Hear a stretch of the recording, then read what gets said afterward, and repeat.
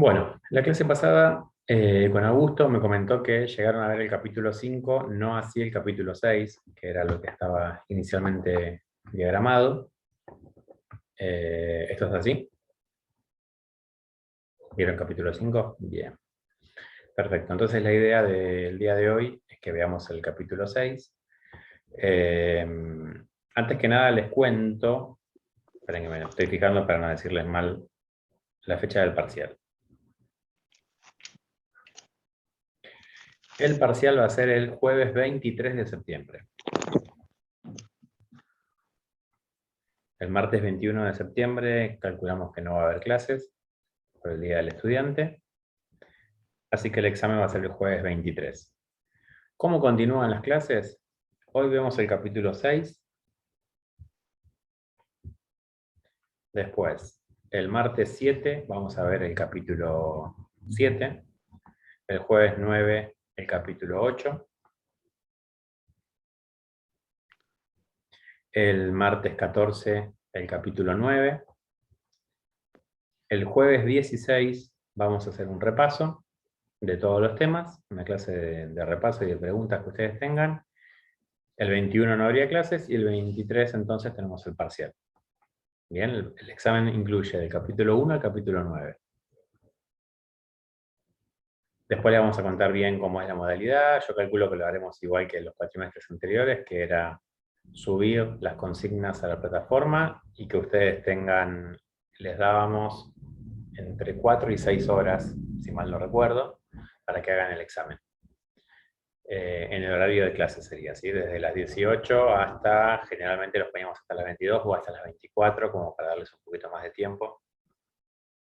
Pero eso se lo comentamos bien después. Se imaginen ustedes que no vamos a tomar un examen para que definan conceptos, porque los tienen a mano los conceptos, ¿sí? Entonces vamos a tomar un examen en el que intentemos que ustedes piensen y que respondan a partir de lo que piensan. Por lo tanto, tienen que responder con sus propias palabras utilizando el contenido teórico que han aprendido en la materia. Si no, sería un examen de cortar y pegar y no tendría mucho sentido. Sí, estaría todo el mundo aprobado. No es por desaprobarlo, sino porque aprendan. Es la parte que nos interesa un poquito. Bueno, vamos con el capítulo 6. El capítulo 6 está completamente ligado al capítulo 5, por eso generalmente los damos juntos. Así que lo primero que tenemos que charlar un poco es lo que entendieron ustedes en el capítulo 5. Así que los voy a escuchar a ustedes acerca de lo que vieron en la clase pasada, que fue hace 48 horas. Algo se tienen que acordar. Menos de 48 horas, porque fue a las 9 de la noche. ¿Qué vieron en el capítulo 5?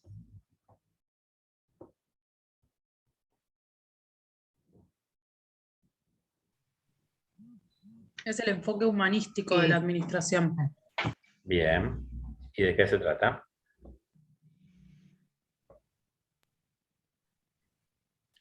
Después de unos experimentos que se hicieron, es como que ahí empezaron a hablar de la parte humanística y de la parte psicológica de la administración. Bien. ¿Y qué es lo que hablan? Y que hay que darle importancia más a eso y no solo a las técnicas y las formas de trabajo, sino a la parte psicológica, a los grupos de trabajo, a todo eso. Todo eso. Bien. Bien, Natalia. Muy bien. ¿Y el resto qué puede agregar? Me imagino que no fue lo único que dijo Augusto, todo eso. De los grupos, perdón, profe, de los grupos Ujú. informales que se generan en los lugares de trabajo, donde cuando hacían estos estudios se daban cuenta de que llegó una instancia que por más que les ofrecían horas extras, si ellos ya estaban cómodos con lo que tenían, con lo que habían logrado, mejoras en el salario, comodidades, horarios más flexibles, se pusieron de acuerdo que por más que le ofrecían más horas y más plata, quedarse todos en la misma situación para mantener todo así como ellos estaban cómodos. No sé cómo explicarlo. No, está bien, está bien, está bien, para mantener la situación que ellos querían. Está perfecto. ¿Qué más? ¿Qué más vieron? Hay un referente, existe un referente de esta teoría que es Bien. Elton Mayo. Bien, ¿y quién era Elton Mayo? Fue era un ingeniero, perdón, que experimentó en ese momento en las industrias, mediante un experimento, las acciones de las personas que conformaban las fábricas, de alguna manera, en ese momento. El padre de la administración era ¿Perdón? el padre de la administración. No, un tío lejano. Ni cerca de padre. No, no. Elton Mayo por nadie jamás va a ser nombrado como el padre de la administración. De hecho, hoy lo vamos a destrozar, así que se imaginan que de padre no le va a quedar nada. ¿Qué más era Elton Mayo? Ustedes hablan de una experiencia. ¿Hablaron de la experiencia o no? ¿Se las comentó Augusto? ¿En qué consistía la experiencia? Sí. Consistía en grupos de voluntarios que trabajaban en esa fábrica y se estudiaba. Un grupo era el grupo de control y el otro grupo era el grupo normal, habitual. Sí, el que se controlaba y el otro era el habitual. Y bueno, en base a diferentes factores iban viendo qué influía en la productividad.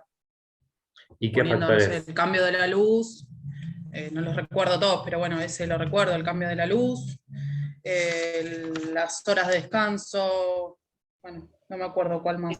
La modificación de los salarios. Bien, el del cambio de la luz es el que yo quiero que olviden, no el que recuerden. Paso a explicar por qué. También duraba 1 año y medio más o menos el proyecto. La experiencia duró más de 3 años en total, sí, era larga. Pero, ¿por qué digo que quiero que olviden el de la luz? Por lo siguiente, Elton Mayo hace la prueba de la luz con los trabajadores y a la conclusión a la que se llega es que los factores psicológicos son los que intervienen en la productividad de los trabajadores. Y a partir de eso empieza la experiencia. ¿Sí? Es el puntapié inicial para hacer la experiencia. Entonces, no tenemos que asociar a la Escuela de Relaciones Humanas con cambiarle la luz a la gente. Lo que lo tenemos que asociar es con los factores psicológicos. ¿Sí? Nadie en un examen tiene que poner la palabra luz, lamparita, electricidad, ni nada parecido. ¿Está bien? Se lo digo porque es un error muy común en esta teoría. Suelen decir que lo que estudió Elton Mayo es qué pasaba cuando le subían o le bajaban la luz a la gente, y que vio que cuando le subían la luz trabajaban más. Si yo digo eso, lo que parece es que la gente no veía bien, y gracias a que subieron la luz empezó a ver mejor. Entonces no necesito a Elton Mayo, que era psicólogo y sociólogo, que trabajaba en la Escuela de Negocios de Harvard. No lo necesito a él, necesito un electricista que me ponga lamparitas. Ignacio, perdón, Sí. Igualmente Augusto también lo aclaró, que con eso, o sea, después con las entrevistas y todo, es como que ahí se dieron cuenta que con el nivel de luz ellos se sentían más observados o menos Exacto. observados. Entonces ahí es donde entra la parte psicológica de la Por luz. eso. No por la luz en sí, sino exactamente. por Ahí es a lo que esa voy. parte. Es que hay hechos, hay factores psicológicos que alteran la productividad de los trabajadores. La luz es anecdótico. Por eso lo digo, porque es lo que siempre más recordamos de toda la experiencia y es lo que terminan respondiendo a los exámenes. Y lamentablemente está mal, porque, insisto, cuando uno lo lee en un examen parece que contrataron a un electricista que le puso más lamparitas y con eso ya estaba todo solucionado. Ojalá las empresas se solucionen tan fácil. Pero sí es una etapa del experimento, es la primera etapa del experimento. Es la primera etapa. A ver, les cuento cómo viene la historia, no sé si Augusto lo contó así o no. Les cuento cómo la cuento yo, ¿está bien? Elton Mayo se acerca la gente de la Western Electric Company a Harvard para ver qué podían hacer para aumentar la productividad. Se entrevistan con Elton Mayo y Elton Mayo les dice, quiero hacer un estudio psicológico y sociológico de la organización. Los gerentes de la Western lo mandan a cagar. Le dicen, no, acá no vas a hacer nada de eso, flaco. Estamos en 1920, ¿de qué psicología me hablas? Hoy, en el 2020, 21, perdón, hay gente que no cree en los psicólogos y que descree de cualquier cosa que venga de esa rama, imagínense hace 100 años. Elton Mayo inicia esta primera fase entonces para demostrar que él tenía razón. Entonces, en esta primera fase es donde se hace el trabajo con la luz para demostrarle a los gerentes de la Western que el factor psicológico es el que está afectando. A partir de eso se hacen todos los otros cambios en los grupos, tanto de control como en el grupo de prueba. ¿Bien? Pero es un paso inicial de la experiencia. Igualmente, lo más importante, más allá de que ustedes tienen que leer el capítulo completo, lo que tienen que estudiar, lo que tienen que profundizar son las conclusiones de la experiencia. ¿Sí? No tanto la experiencia en sí, sino las conclusiones a las cuales deriva. Ahora lo que vamos a ver en el capítulo 6 es ahondar un poco en esas conclusiones. Por un lado, como bien comentaba Ruth, una de las conclusiones a las que llega la experiencia Hawthorne es la aparición de, por un lado, el hombre social, esta persona a la que le interesan las relaciones y los vínculos sociales en el ámbito laboral, y por otro lado, la aparición de la llamada organización informal. Ruth recién comentaba la creación de grupos informales, pero lo que se vio es que esos grupos iban más allá de ser solamente grupos, y que detrás de lo que conocemos como organización formal, existe una organización informal que muchas veces tiene más poder y más fuerza que la organización formal misma. ¿Cómo funcionaba esto? ¿Todos saben qué es un organigrama? ¿O se imaginan qué es un organigrama? Ese esquema con cuadraditos y rayitas que generalmente arman una especie de pirámide. Un organigrama es la representación gráfica de la organización formal. ¿Sí? Nos muestra formalmente quién depende de quién tiene mayor nivel jerárquico que quién, ¿sí? Según el nivel en el que estén en la escala van a tener mayor o menor autoridad. ¿Y cuáles son las líneas formales de comunicación? Por ejemplo, el gerente del área de ventas va a tener a su cargo las dos jefaturas de ventas, ¿sí? No sé, venta mayorista y venta minorista. Lo que nos mostraría el organigrama es que el jefe de ventas minoristas tiene que hablar solamente con el gerente de ventas.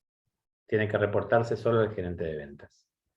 Lo mismo que el jefe de ventas mayoristas, solamente con el gerente de ventas. Eso es lo que nos muestra el organigrama. Eso es la estructura formal de una organización y es en lo que se centraron los clásicos. Todo lo que vimos en la escuela clásica se centraron en la estructura formal. Lo que observa Elton Mayo es la aparición de toda una estructura informal, de toda una organización por detrás, en la que el jefe de ventas minoristas no habla solamente con el gerente de ventas, habla con mucha otra gente y se relaciona con mucha otra gente y hasta llega a generar lazos mucho más fuertes que los que se generan a partir de un contacto laboral, ¿sí? Con otras personas de otros sectores, de otros niveles jerárquicos, superiores, inferiores. ¿Está bien? Esa organización informal muchas veces es la que nos explica el comportamiento de las organizaciones. Cuando vemos la organización formal y después vemos cómo se comporta, muchas veces no tiene mucho que ver. Les doy un ejemplo. Siempre le doy el mismo ejemplo, me parece el más gráfico de todos. Ignacio, perdón Sí. que te interrumpa. Hay una compañera que dice que avisemos que la aceptes, por favor, que no puede entrar. No, está entrando a otro lado porque no tengo que aceptar a nadie yo. Bueno, ahí le digo. Sí, porque ustedes entran directamente, no hay sala de espera en... Ok.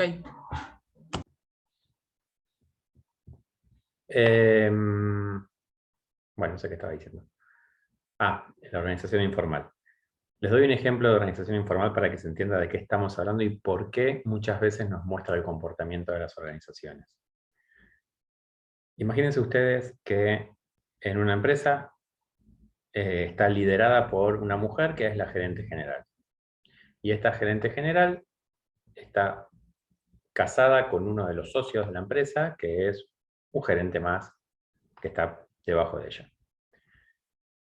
Y que a su vez tiene de amante al cadete.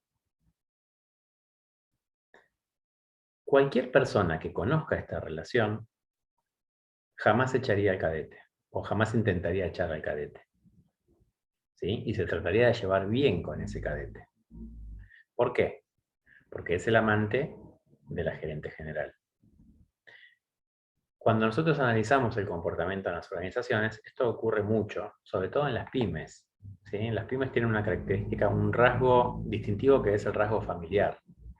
Entonces el rasgo familiar muchas veces determina el por qué una persona está en un determinado cargo o por qué tiene determinado poder, más allá del cargo. ¿Sí? Siempre tenemos aquella persona que trabaja o sea, en el currículum pone hijo del dueño. ¿Sí? ¿Cuál es tu trabajo? Ser hijo del dueño. Y puede saber o puede no saber. Y puede ser capaz o puede ser completamente incapaz. Y sin embargo puede tener mucho poder dentro de la organización. ¿Bien?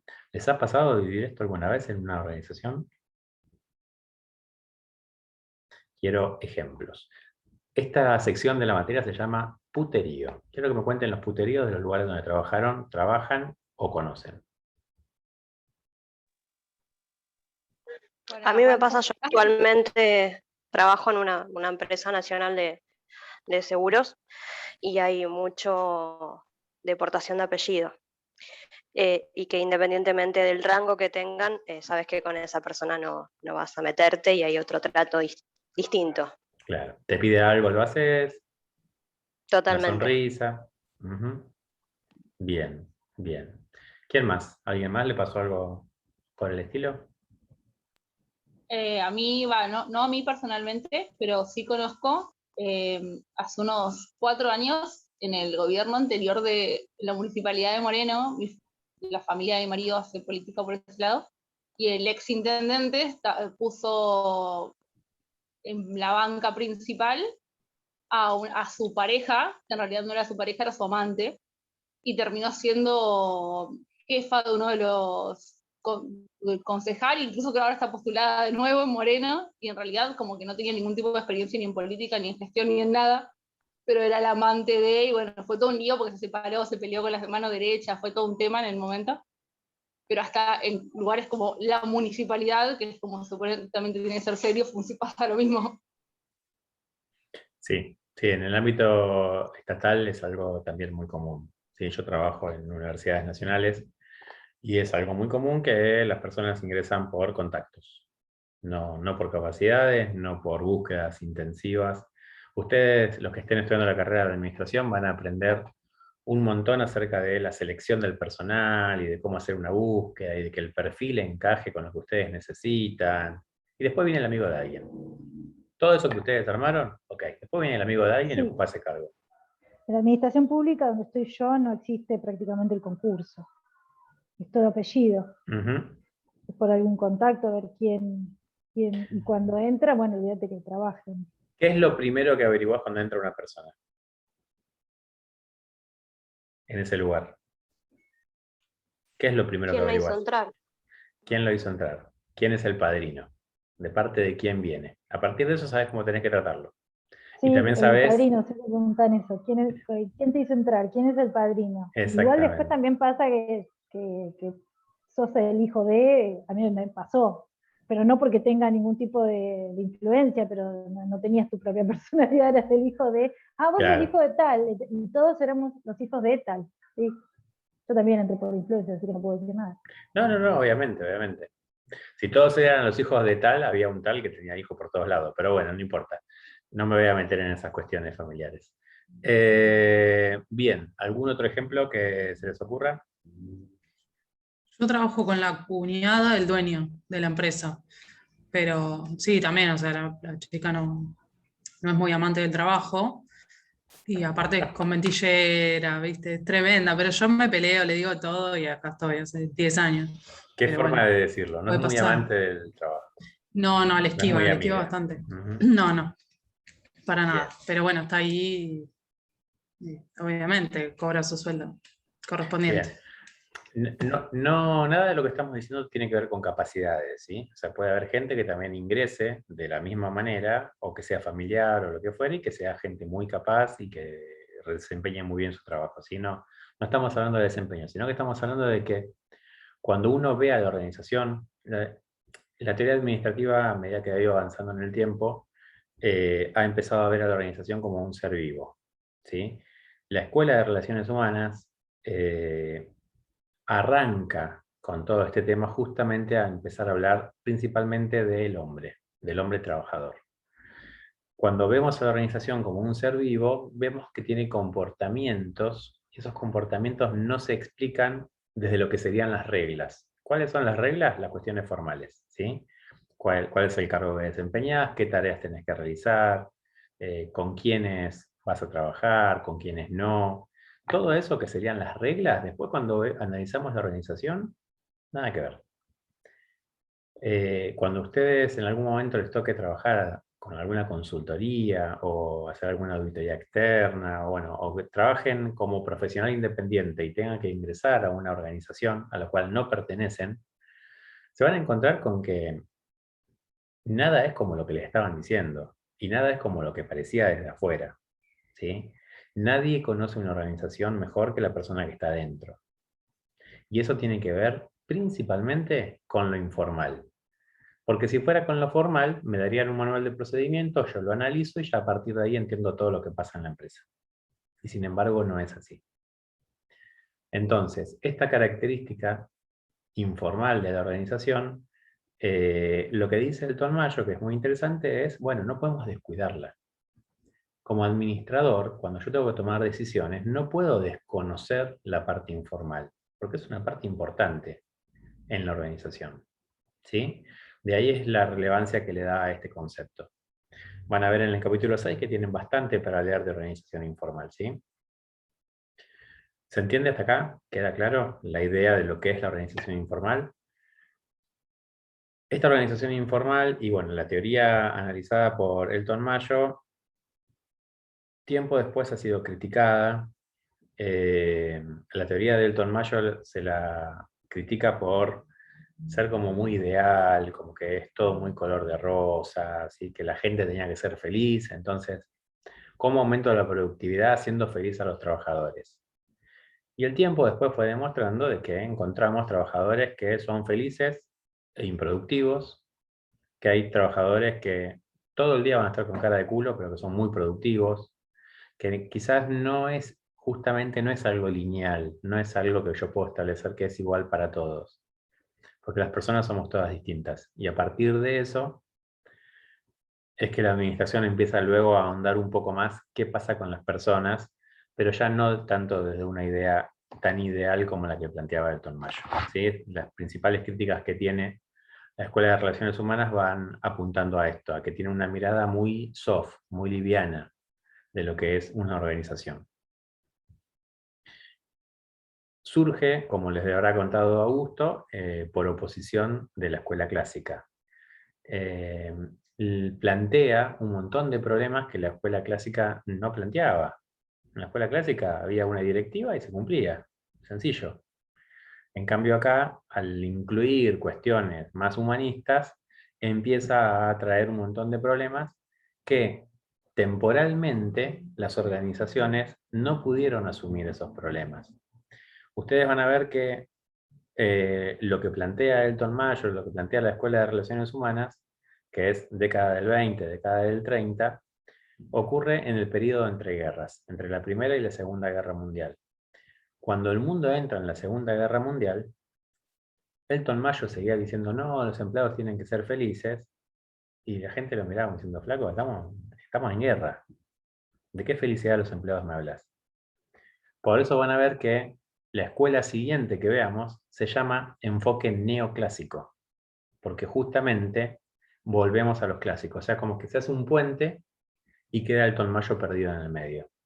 Muchos años después de la Segunda Guerra Mundial, se va a retomar todos estos estudios de Elton Mayo y ahí se van a empezar a profundizar, ¿sí? Y ahí se va a dar más importancia a estas teorías. Pero en el momento fue como algo, bueno, en oposición a la escuela clásica, pero ahora no, esperanos, ¿sí? Estamos en guerra, así que ahora no. Todo muy lindo lo que decís, después lo vamos a ver.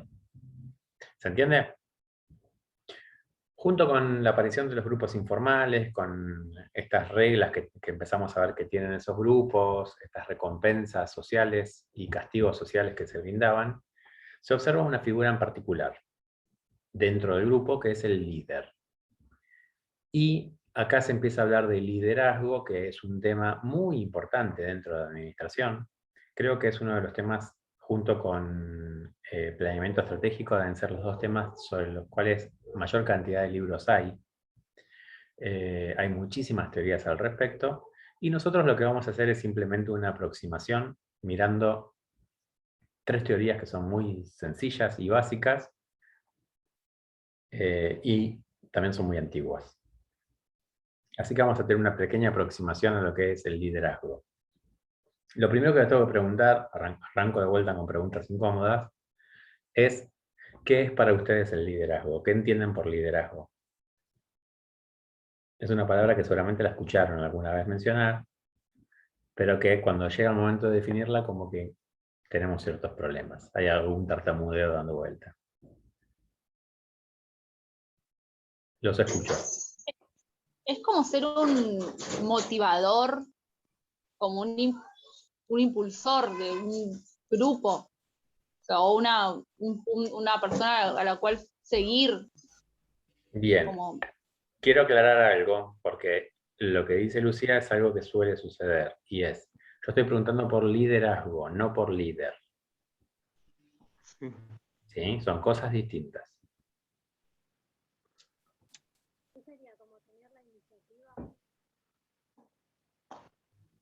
¿Qué entienden por liderazgo? Tener la iniciativa en un proyecto. Tener la iniciativa, perdón, se escucha muy bajito. Tener la iniciativa en algún proyecto. Sí, está bien, podemos llamarlo como que es tener liderazgo. Es tener iniciativa en realidad. Vos podés iniciar un proyecto y después lo lidera otra persona, tranquilamente. Pero bueno, es una aproximación, nos vamos acercando. ¿Qué más? Y que dirige la batuta. Manejo de dar direcciones. Yo lo relaciono más como alguien encargado de direccionar a un grupo de personas. Pero de vuelta lo estás puntualizando en una persona. Volvés a hablar de líder y no de liderazgo. Claro, o sea, una persona encargada de dar, no órdenes, sino como de dirigir, pero no necesariamente por ser líder, sino por ser la cabeza de esa dirección, no por tener las capacidades quizás humanas, por ser simpático o empático, sino simplemente por el hecho de que es como el que está en la cabeza de alguna situación. Eso que estás mencionando es autoridad. Tiene que ver con la autoridad, ¿sí? Con el lugar que ocupa la persona en la organización. La persona que tiene autoridad puede ejercer o no el liderazgo. Ahora, yo estoy hablando de ejercer el liderazgo. ¿Qué sería ejercer el liderazgo? Sería la capacidad, profe. ¿Capacidad de qué? Capacidad de dirección. Para obtener el resultado de lo que se busca. Bien, Puede a tener ver. que ver con la, Ahí va. perdón, Sí, Jessica. con la capacidad de quizás influir en el otro, Bien. la motivación, porque el líder no necesariamente puede ser un jefe, a veces es un compañero, que ves un líder nato. Claro, más inclusive cuando estamos hablando de organización informal. ¿Sí? Justamente es porque empezamos a observar que no tiene por qué cumplir con la estructura jerárquica. Cumplir con la estructura jerárquica sería parte de la organización formal. La definición que les voy a dar de liderazgo me van a matar. Quiero que sepan que me van a odiar. ¿Por qué? Porque es en realidad muy sencilla y acude al concepto de líder y tiene que ver con lo que ustedes están diciendo. Pero yo creo que el liderazgo lo vean de la siguiente manera. El liderazgo es una relación. Es una relación que se produce entre dos partes. Una parte será el líder y la otra parte serán los liderados.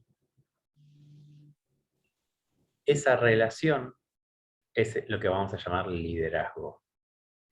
Esa relación lo que va a generar es influencia mutua entre las partes en pos de llegar a un determinado objetivo o un determinado lugar.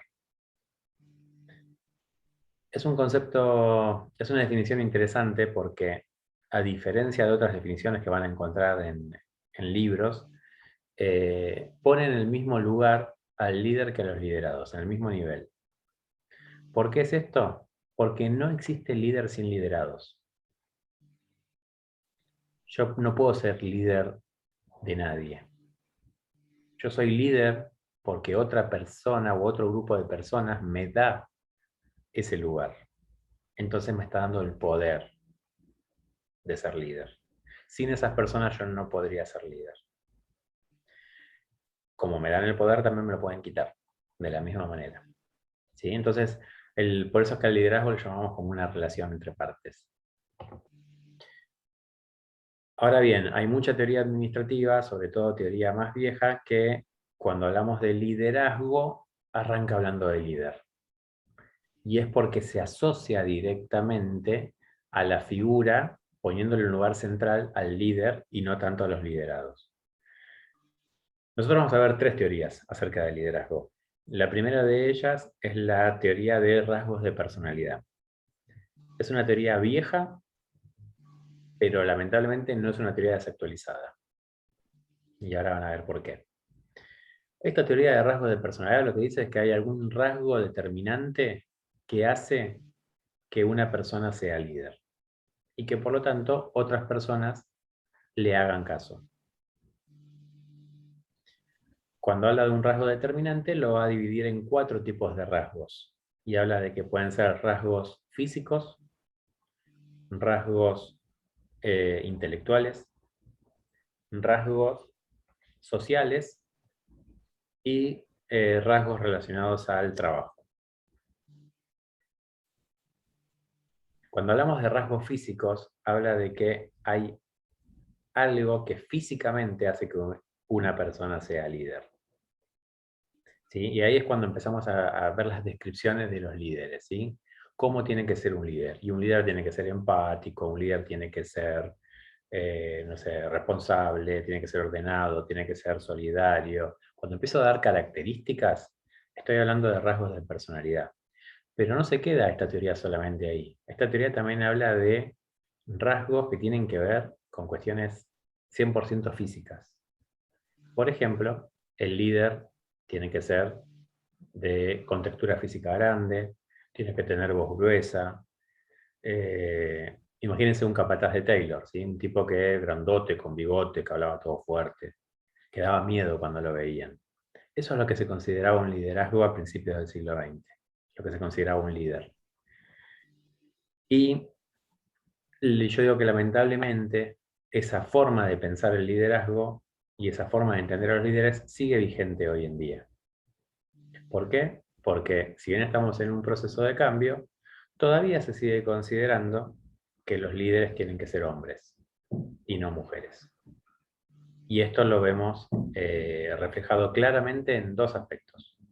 El primer aspecto es que la mayoría de los directivos de las organizaciones son hombres y no mujeres. Y en segundo lugar, que ante el mismo trabajo se le paga más a un hombre que a una mujer. En estos 2 aspectos simplemente se nota ya con eso de que seguimos todavía utilizando rasgos físicos. ¿Sí? Algo tan elemental como un rasgo físico. Miren lo elemental que es un rasgo físico, que el lugar donde se observa que una persona es líder por su rasgo físico es el jardín de infantes. Vayan, observen un grupo de chicos de 4 o 5 años y vean cuál es el líder. ¿Cuál creen ustedes que va a ser el líder de esos chicos? La señorita. ¿La señorita? No, pero dentro del grupo. El de contextura más grande. El grandote. ¿Por qué? El que los caga a palo. Ah, no. Ay, perdón. El que los caga a palos, tal cual, el que los caga a palos, el que le tienen miedo. Es así. Se está por cortar el Zoom, así que entramos y salimos de vuelta y seguimos hablando de esto.